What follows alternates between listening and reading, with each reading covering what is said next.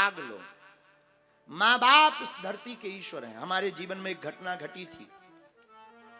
आहा, बहुत बार हमें जब माँ की बात आती थी तो बहुत आती है। एक जगह कथा हो रही थी कहीं उत्तर प्रदेश के पास, तो हमारी आदत है कि जब कथा होती है तो आसपास हम जाते हैं। तो वहां के आयोजक ने कहा कि बगल में एक वृद्धाश्रम है, आपको चलना चाहिए। हमने कहा ठीक है। आदत के स्वरूप हमने सुबह से कुछ बिस्कुट ली, फल लिए, अपनी झोली माला उठाई, नहा धो करके। खैर अपना सुबह ही 12 बजे होती है, सुबह ही 12 बजे होती है, प्रातः काल ब्रह्म मुहूर्त अपना 12 बजे के पहले होते ही नहीं। पूजा पाठ करके उल्टी सीधी माला जप कर और वृद्धाश्रम के लिए हम गाड़ी पर यजमान जी के साथ बैठे। यजमान जी आगे, हम पीछे। खैर चेला आगे ही होना चाहिए। जब हम वृद्धाश्रम गए तो सबने बड़ा स्वागत किया। वृद्धाश्रम के जो ओनर थे उन्होंने बड़ा स्वागत किया। सभी बूढ़े बूढ़े माताजी पिताजी आ गए जो रहते थे। अरे महाराज जी आए, गुरु जी आए, गुरु जी आए, गुरु जी आए। बड़ा लाड़ देने लगे, कोई छूने लगा, कोई प्रणाम सीताराम होने लगी। और हम बढ़िया बैठ गए बीच में। तो काऊ को हम सेव फल देवें, काऊ को हम पार्ले जी देवें, काऊ को 20-20 बिस्कुट देवें। सब बड़े खुश। काऊ के गले में माला डालें, सब आशीर्वाद देवें। माताएं बूढ़ी बूढ़ी अपनो परिचय बतावें। काऊ बतावे हम महाराज यहाँ के हैं। कोई कहे महाराज जहाँ के आप हो, गड़ा गांव के, छतरपुर के होते, हमारी बिटिया है। सब अपना अपना परिचय देवें। लेकिन हमारी नजर बार बार खिड़की की तरफ जावे। आप पूछोगे खिड़की पे क्या था? खिड़की पर एक वृद्ध दादाजी, एक बूढ़ी मां खड़ी थी। लगभग हमें 1 घंटा हो गया। उन्होंने ना तो हमारी तरफ देखा, ना कोई रिस्पॉन्स। और हमने बुलाया, उन्होंने कहा बैठो महाराज, ऐसे हाथ कर दिया। हम बड़े चौंक गए। तो हमने वहीं साथ में रहने वाले बूढ़े दादाजी से पूछा, एक से, सब बैठे ही थे। हमने कहा दादाजी क्या बात है, ये लोग कौन है और खिड़की की तरफ क्यों देखते हैं? क्या बात है, ऐसा क्या रहस्य है? आखिर ये खिड़की से झांकते क्या है? अरे हम आए, हमारे पास भी नहीं आ रहे, फल भी नहीं ले रहे, पार्ले जी भी नहीं ले रहे, रुपया भी नहीं ले रहे। क्या बात है? इनका स्वास्थ्य तो ठीक है, दिमागी दिक्कत तो नहीं है कुछ? तो 2-3 दादाजी और माताजी मिलकर बताने लगे, पंडित जी स्वास्थ्य इनका बिल्कुल ठीक है, दिमाग एकदम बढ़िया है। तो हमने कहा ये खिड़की से क्या देखते हैं? जब उन्होंने जो बताया हमारा तो हृदय फट गया। बोले पंडित जी इनको खिड़की से अपने बेटे का मकान दिखाई देता है और ये अपने पोते से बड़ा प्रेम करते हैं। तो पोता जब सुबह स्कूल निकल जाता, अब वो स्कूल से वापस आता तो गाड़ी से उतरते हुए चढ़ते हुए देखने के लिए पूरे दिन तक वो खिड़की पर खड़े रहते। माई बाप, हम तुमसे प्रार्थना करें, सबको दुख देना, कभी अपने माँ बाप को दुख मत देना। माँ बाप को मत सताना, माँ बाप को कभी मत सताना।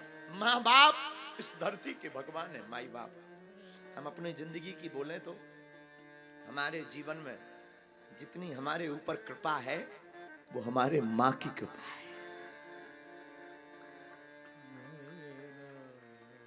आचार्य जी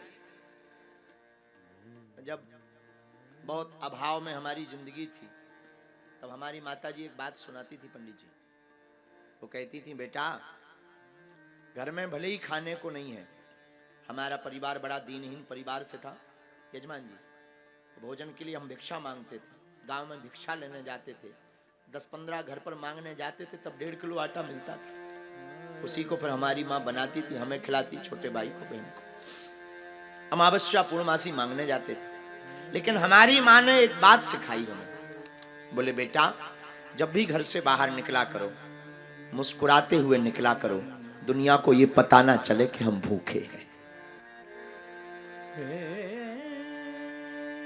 और माँ बाप कितने भी विचित्र हो जाएं, बेटा कितना भी नालायक हो जाए, पर याद रखना, पिता का प्रेम किसी कारणवश कम हो सकता, पर मां का प्रेम तो मरते दम तक कम नहीं होगा।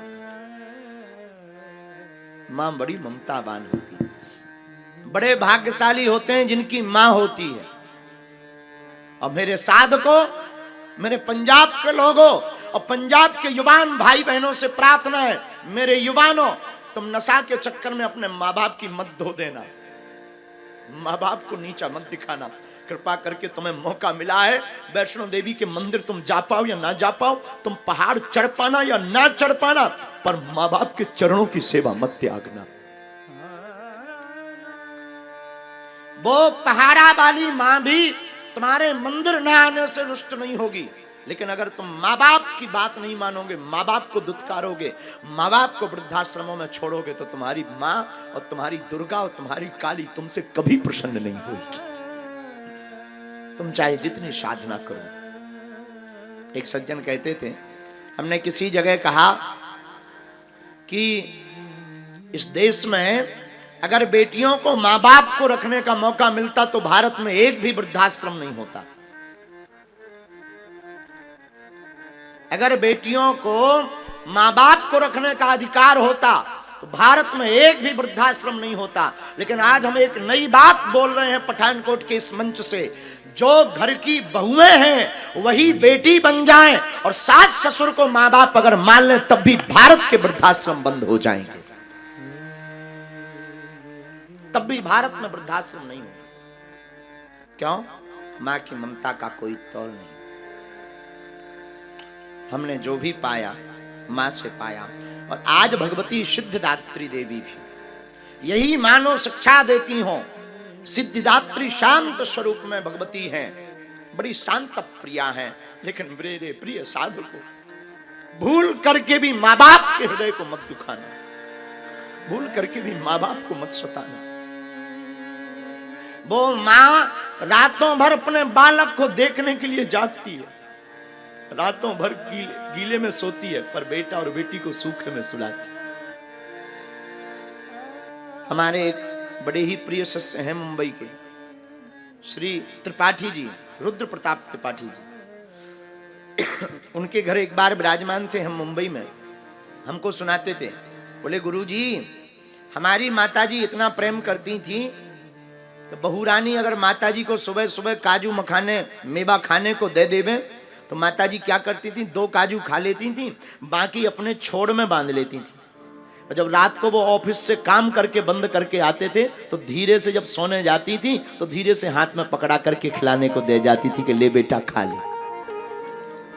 बालक को कोई कमी नहीं, खूब बड़े घराने के, भगवान की खूब दया है, लेकिन माँ की इतनी ममता होती है, मैं भले ही भूखी रह लूं पर हमारा बेटा और हमारी बेटी कभी परेशान ना हो, कभी भूखी ना हो। मेरे प्रिय साधकों, जिस प्रकार जन्म देने वाली माता अपने बेटा और बेटी को दुखी नहीं देख सकते, वैसे ये तुम्हारी पराम्बा जगदम्बा वैष्णो माता भी कभी अपने बेटा और बेटी को दुखी नहीं देखना चाहते। इसलिए प्रिय साधकों, आज की व्यासपीठ आपसे प्रार्थना करती है, कुछ भी हो मां के चरणों को मत त्यागना। बड़े भाग्यशाली होते हैं जिनकी मां होती है। बंद किस्मत के लिए कोई ताली नहीं होती, सूखी उम्मीदों की कोई डाली नहीं होती। जो झुक जाए मेरी माता रानी के चरणों में, उसकी झोली कभी खाली नहीं होती।